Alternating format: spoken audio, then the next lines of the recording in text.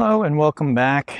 If you're new here, my name is Douglas Johnson and I am a yoga teacher, ordained minister, and kirtan artist, amongst other things. If you're interested in spirituality, then you're in the right place. Please subscribe. And if you get something from this video, consider helping to spread the word by liking, commenting, sharing. And if you'd like to help support me in the work that I do, consider making a financial contribution, either one time through PayPal or Venmo, or you can become a patron of mine on Patreon. All that info is down below. All right, today I wanted to talk a little bit about getting your needs met from a spiritual perspective. Okay, so I want to remind everybody that a spiritual perspective is not a conventional perspective. It's not a psychological perspective. It doesn't make sense in terms of what we would call logic. Okay? If it did, it's not spiritual. If it's logical, if it makes sense, if we can sort of measure it scientifically, then we're probably not talking about something that's truly spiritual. The spiritual realm is about the realm outside of what makes sense to us. It's the realm of faith. It's the realm of inner experience, although it does have effects that we can see in the real world. But this is about, again, spiritual, getting what we want from a spiritual perspective, a spiritual approach to getting what we want, getting our needs met, however you want to phrase it. Okay? So the egoic approach to getting what we need, what we want, is I need to get something from others. So if I feel I'm lacking love, I need to get others to give that to me. If I'm lacking in abundance, I need to get others to give me abundance, give me wealth, give me money, whatever it might be. So this is the conventional view. And how would we do that?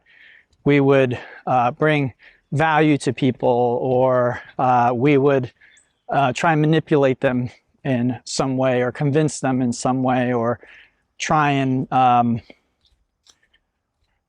manipulate the outside world in some way, maybe our appearance or what we're doing, our approach to things.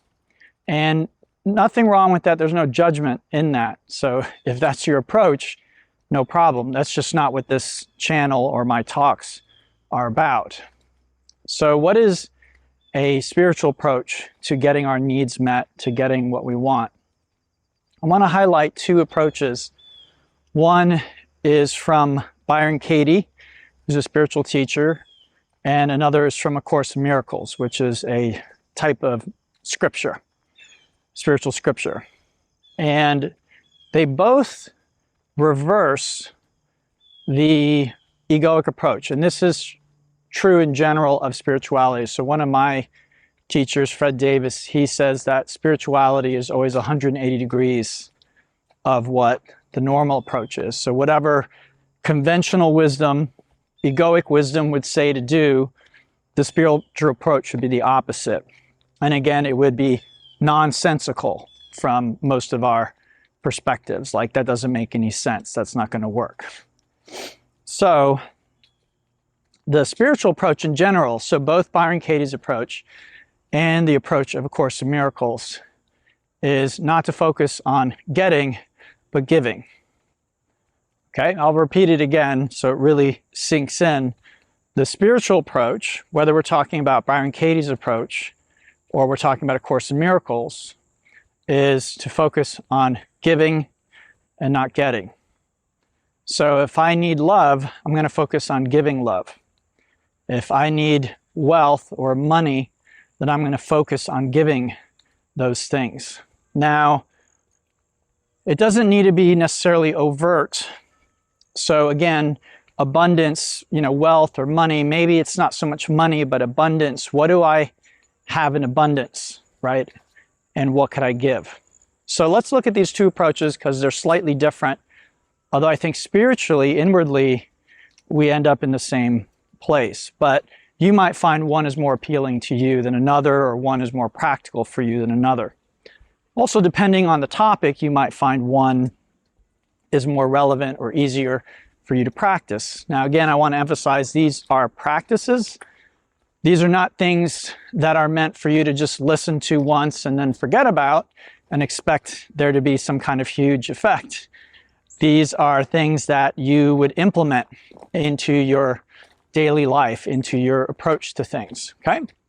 So the first approach, let's look at Byron Katie's approach. Byron Katie says that, if you want to mother, then you mother yourself, okay? So in other words, this is giving yourself what it is that you want from others. So if you feel like you lacked compassion or love in your youth or something like that, somebody didn't give you respect, someone didn't give you whatever it might be, you want to look at how you can give that to yourself. And again, this isn't a formula. This isn't a one-size-fits-all easy answer. This is something you will likely need to sit down with and meditate on. If you are lacking in love, how are you not giving yourself that? And how would you supply that to yourself?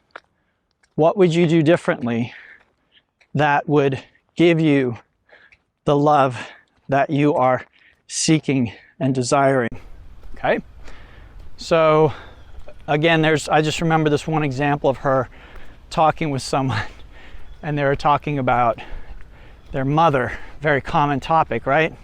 Because many of us may feel that our mothers didn't love us the way that we wanted to be loved. They didn't give us what we felt that we needed. So Byron Katie's pretty clear. And she said, if you want to mother yourself.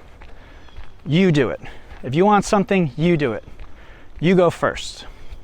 And she can be quite, I don't know if aggressive is the right word, but she can be quite forward and forceful in the way she approaches these things. I see it as compassionate, but others might see it differently. But she doesn't really mince words. She, again, can be quite direct and say, you want to mother, you mother yourself. That's your job, okay? It's not anyone else's responsibility.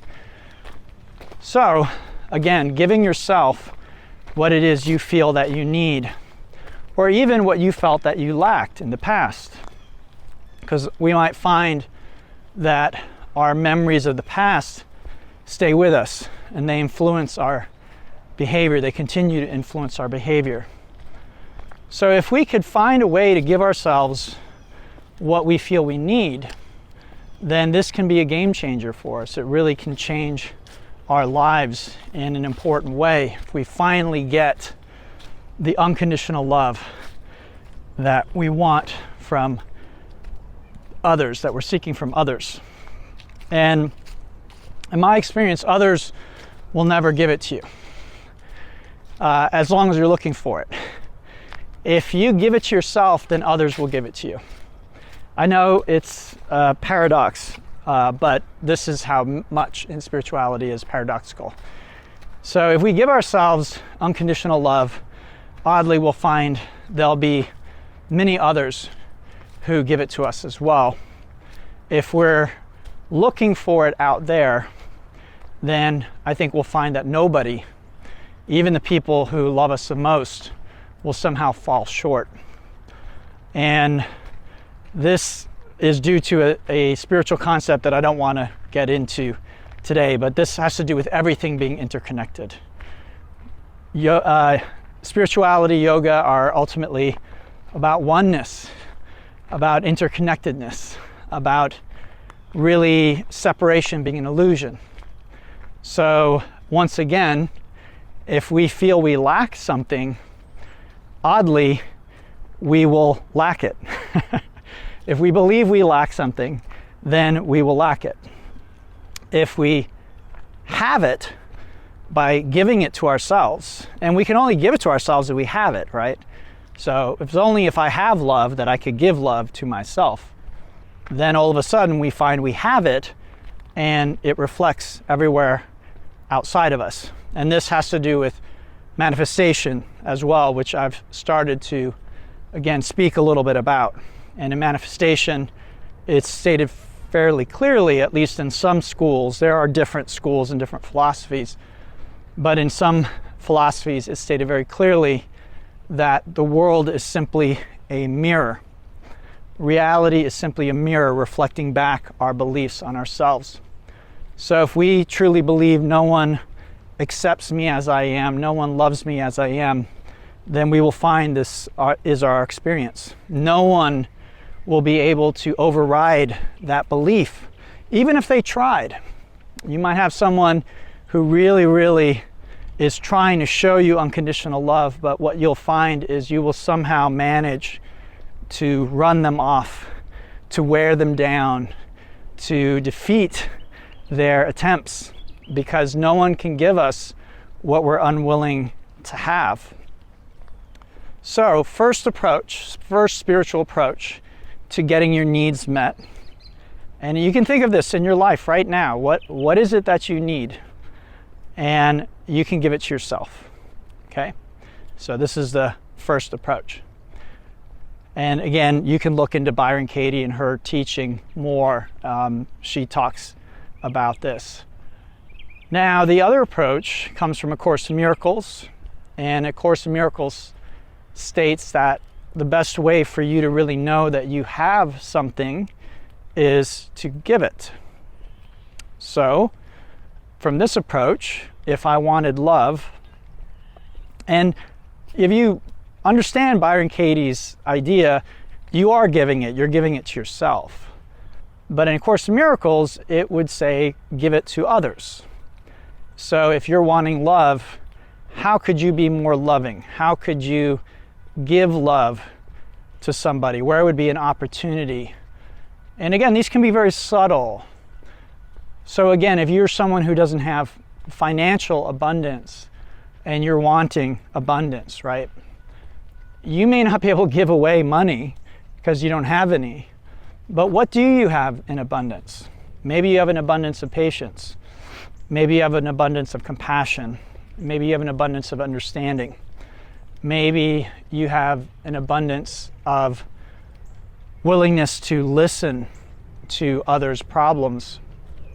What do you have in abundance? How could you show to yourself that you already have abundance? You already have what it is that you're seeking. And so A Course in Miracles says it's really by giving it that you find that you have it. And you might even give something that you don't think that you have. Again, you might feel like, I don't have any love. I'm lacking in love. But maybe you'll find an opportunity today or this week, opportunities where you can give love to another. And again, it doesn't have to be one or the other. So you can give love to yourself, you can give love to others. So many people find in their life, maybe at certain times, or maybe throughout their life, that they are missing certain things. They feel that their needs are not being met. Oftentimes this is in relationship. And so this approach, the spiritual approach, is again a very different way of approaching this idea of getting our needs met. And I'll say, from my own experience with these practices and tools, they really do work. And in my experience, they work much better than the other way. Again, nothing wrong with, setting boundaries. If you want to sit down with your partner and set boundaries or express your needs to them, nothing wrong with that. Again, that would be a psychological approach, and nothing wrong with that. You can talk with your psychologist about that. There is overlap between psychology and spirituality, but only to a degree. Spirituality really transcends every other field that it touches. So spirituality, philosophy, psychology, lots of other health, healing, all these different fields that spirituality touches on. It has overlap, but it is not limited to or defined by any of those fields. So the tools that a person on a spiritual path uses to solve life's problems, if you will, or overcome suffering, these tools may include ones that a psychologist would use, or a psychiatrist, or a doctor, but they may also have tools that transcend those approaches as well. So this is a good example of that. Giving what it is that you feel you desire, what you lack. And by giving it, you find you have it. And this ties back again to a very deep spiritual principle, which is that we ultimately are all interconnected. We are all ultimately one. Everything is a part of our big self.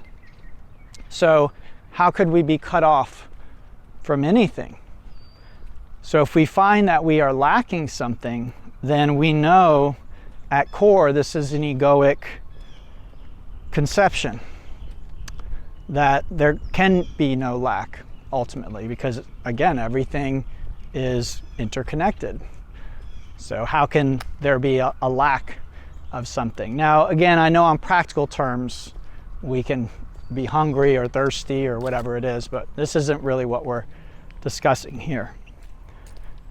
So when we give ourselves what it is that we feel we lack from others, and we give others what we feel we lack, then we discover that we already have it, that we always had it, that we can never be without it.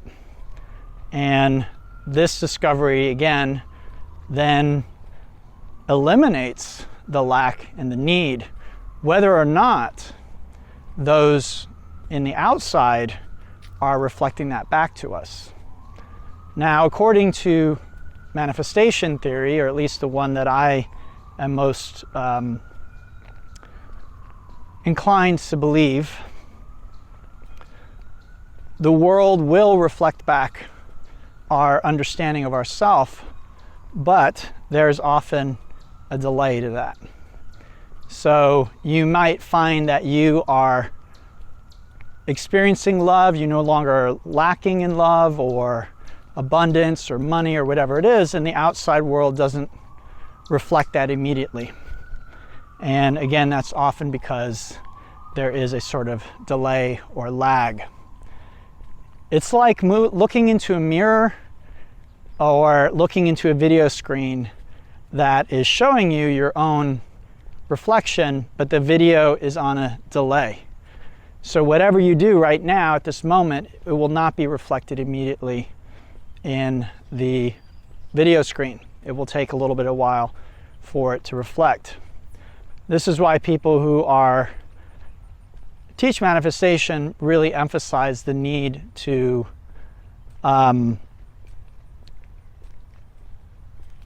ignore circumstances, is one way of putting it, but it's really to understand that current circumstances actually come from the past. Current circumstances are something that we manifested in the past. Now, what I'm discussing today very much applies to manifestation, because they say that your conception of self is what will manifest. So if you have a conception of self, I am unlovable, or I lack love, or I need love, anything like that, then generally, according to manifestation theory, that is exactly what you will get more of. Manifestation is all about how our thoughts, our beliefs, create the outer experience and the inner experience that we have. And the theory basically says that if we can change our inner experience, we need to change our inner experience first, and then it will be reflected outside. So this practice of giving what it is that you feel you need to yourself, to others, is one way of doing this.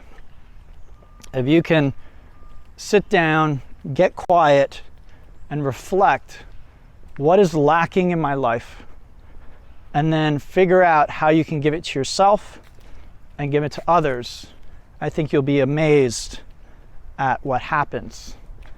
And while, again, outwardly people may not immediately reflect your new conception of self, I think in time you'll find that they will start to conform.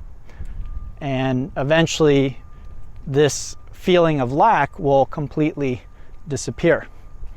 Now, I'll share with you my own experience in life. We can go through periods where we might feel we're lacking something and then it goes away, but then it could come back again. Or we might have never experienced lack in a certain area of our life. And then we have a new experience and all of a sudden we start to experience lack. So for myself personally, during the COVID pandemic, before the COVID pandemic, there were many things that I never felt that I really lacked. They were things I'm very secure about and I was very happy with. For instance, one example is I'd never really experienced loneliness. I was always very content by myself. I never really, honestly, often if I had too much company, too long, too often, I often longed for solitude. And during the pandemic, I lost my father. I had a series of relationships that ended towards the beginning, and then I had one during the pandemic, and then I had a very short one afterwards. So it was a lot of loss for me, and a lot of loss relating to family, people I felt who were like, I was very close to, who felt like family, people who I was in intimate relationships with.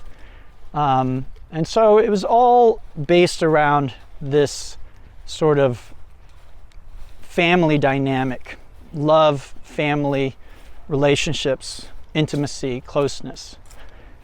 And as I said, in the past, I never really longed for family or felt that I needed a relationship or cared if a relationship lasted or not, if people came or went.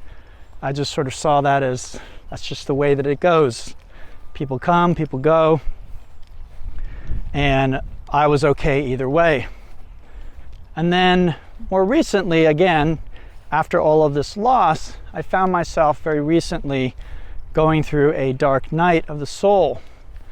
And in that, I had a lot of these feelings of loneliness, of loss, of lacking in feeling like I lacked support, that I lacked family.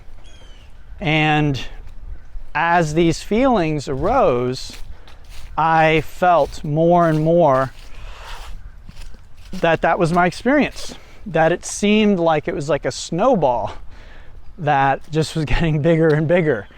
And so I was experiencing more and more rejection, people leaving, even having nothing to do with me. They were just leaving because of work or other things, but these are people I was close to. And so that snowball is in my own mind. And I've only recently gotten to the point where I feel like I've begun to really get a grasp on what could be called a mental diet, or what I've called in the past weeding the garden of the mind.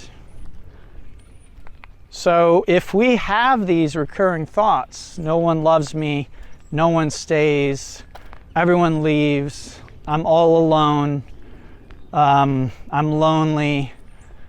Any of these types of things, if we default to these things, then according to manifestation theory, and even just according to my own experience, we will at least experience that inwardly with these thoughts. If we believe those thoughts, like Byron Katie says, I realized that if I believed my thoughts, I suffered.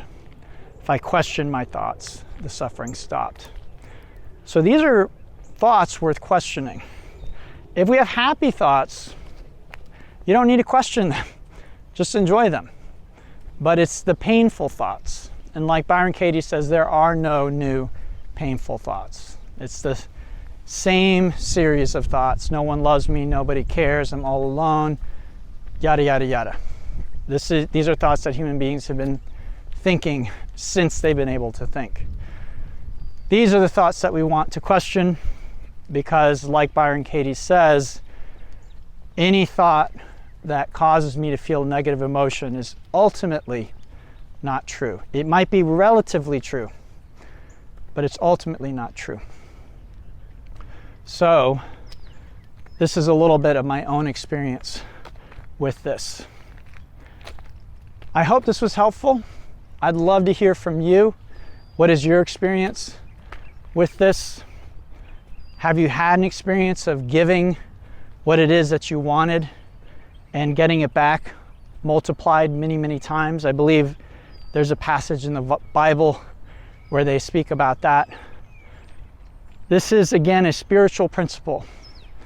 It is something that we're not going to be able to prove it, at least at this point, with a scientific study, but it is something that many people who have walked this path have experienced in some way or another. And it's worth exploring in your own life. You've probably tried everything else, right? You've tried manipulation. You've tried other ways of working with matter, with people, with psychology, reasoning with people, trying to get your needs met. And you've probably come up frustrated, at least in some respects. So in those areas where you're frustrated, maybe it's worth a different approach. Seeing if, okay, instead of looking to get what I feel I lack, why don't I give it instead? And let me see if giving it shows me that I already have it. I don't need to get it because I already have it. And this again applies in manifestation. They say creation is finished. Creation is finished. All possible creations, possibilities, it's already done. Course in Miracles says the same thing. Everything we're experiencing is already the past. It's already finished. We're already, you could say, safe at home in God's care. But for us, that's not our experience. And so this is one way we can begin to shift, to change our experience from the one that we are having that's a very fearful, egoic dream of lack to one of abundance, of whatever it is that we feel that we need. Until next time, everyone, namaste, and have a beautiful day.